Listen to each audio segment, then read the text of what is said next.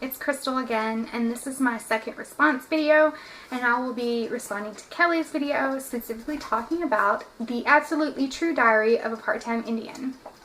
Kelly talked a lot about space and how that contributes to a cultural and personal identity. There was something that she said specifically that really struck my attention. It was something that I don't usually pick up unless someone points it out. And she had talked about the dedication page, pointed out that the author was thanking his two hometowns. And the fact that from the very beginning, before the story even starts, two town-sized spaces that the author needed in order to get to the end of this journey. And Kelly goes on to talk about the psychological space. The white culture, the dominant culture, essentially sought out to eradicate Indian culture. And that was something that the teacher from the reservation school pointed out, and Kelly mentioned this as well, that he said that the point wasn't to do away with the Indians, it was to do away with their culture. And so I think that for Arnold's journey in this text, the point is actually for him to preserve that culture.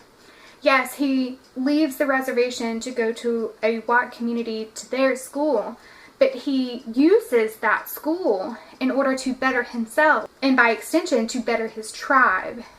There is a lot of space within the text, but Arnold uses that space to be able to succeed in his goals, to bring a sense of honor and respect to Indian culture as well. There's a few instances in here where white teachers at his new school essentially try to shut him down. They assume that what he says in class is wrong, and then his absences. And the entire class support him. They back him up and essentially walk out in protest. Arnold makes these new connections at this new school. His coach is the first one to talk about his possibility of going to a university, and he remarks that that's something that you don't hear in the same sentence, Indian and university, that he's able to take from this other culture in order to preserve his own. And he says in the text later on, I was half Indian in one place and half white in the other. It was like being Indian was my job, but it was only a part-time job and it didn't pay well. That, of course, refers back to the title as well as that dedication page. I think that that shows how when the white culture essentially seeks to shut down the Indian culture, the way that they view each other, it's very hard to mesh.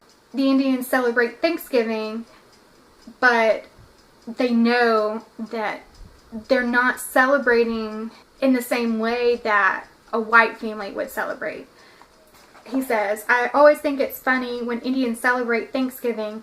I mean, sure, the Indians and Pilgrims were best friends during that first Thanksgiving, but a few years later, the Pilgrims were shooting Indians. And by knowing that, it seems to me that that gives Arnold a sense of agency in that he knows how to direct his own path in life.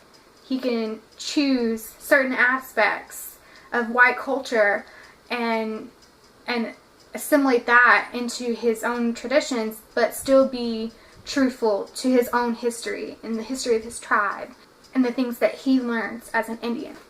During the scene where the other students walk out of the classroom, Arnold tells the teacher, Miss Jeremy, I used to think the world was broken down by tribes, by black and white, by Indian and white, but I know that isn't true. The world is only broken into two tribes, the people who are assholes and the people who are not. It shows that there's really not a dividing line in resources. Dividing lines are made in the minds of people. On the reservation, they find it really hard to accept him even before he goes to the white school because of his disabilities. In the white school, they find it hard to accept him as well because he's just different. He's an other in the community. And Penelope's dad, as well as the teachers, really spotlight his otherness. And it shows that they cannot accept how the resource of culture in general is not something that can be divvied up between peoples. You can cross those boundaries.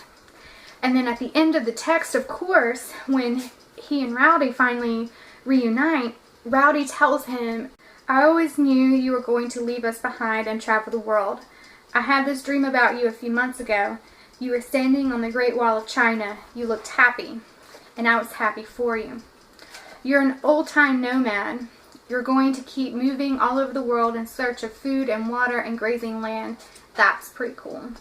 So essentially, what Rowdy's acknowledging is Arnold's ability to reach out into these other spaces, whether it's white space or a black space or whatever kind of space it is, sports, the classroom, library, technology. He can reach into all these different places, and he can use those resources to better himself and to better his tribe.